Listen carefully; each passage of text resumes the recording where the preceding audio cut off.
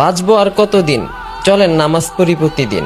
আমাদের প্রিয় নবী হযরত মুহাম্মদ সাল্লাল্লাহু আলাইহি ওয়াসাল্লাম বলেছেন, যে ব্যক্তি নামাজের দাওয়াত অন্য আরেকজনকে দিবে, আমি নিজে জান্নাতে যাব না তাকে না নিয়ে। আমি নামাজের দাওয়াত আপনাকে দিলাম, আপনার ইমানি দায়িত্ব এই ভিডিওটা আরেকটা মুসলমান ভাইকে শেয়ার করে নামাজের দাওয়াত দেওয়া।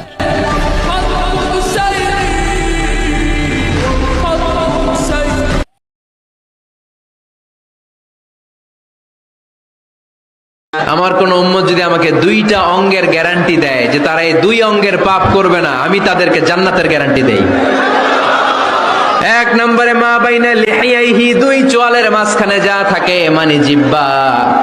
আমার কোন উম্মত যদি আমারে গ্যারান্টি দেয় জিহ্বা দিয়ে কোনো মিথ্যা বলবে না, কাউরে বাজে কথা বলবে না, ঠাট্টা বিদ্রূপ করবে না, জিহ্বা দিয়ে যে পাপ কাজগুলো হয় এগুলো করবে না, আর দুই রানের মাঝখানে যে অংশ আছে লজ্জাস্থান, এই দুইটা অঙ্গের গ্যারান্টি যদি আমার কোন উম্মত আমারে দেয়, আমি আমার ওই উম্মতকে জান্নাতের গ্যারান্টি দিয়ে দেব।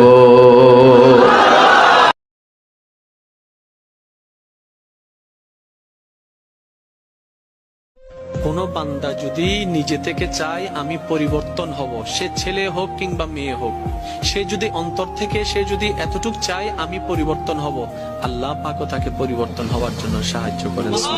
সবচেয়ে মজার কথা কি জানেন? আল্লাহর কসম করে বলছি 7 দিনের মধ্যে আপনার কোনো ঋণ থাকবে না। আল্লাহর কসম করে বলছি, যদি এই আমলটি আপনি করতে পারেন 7 দিনের মধ্যে আপনার কোনো ঋণ থাকবে না।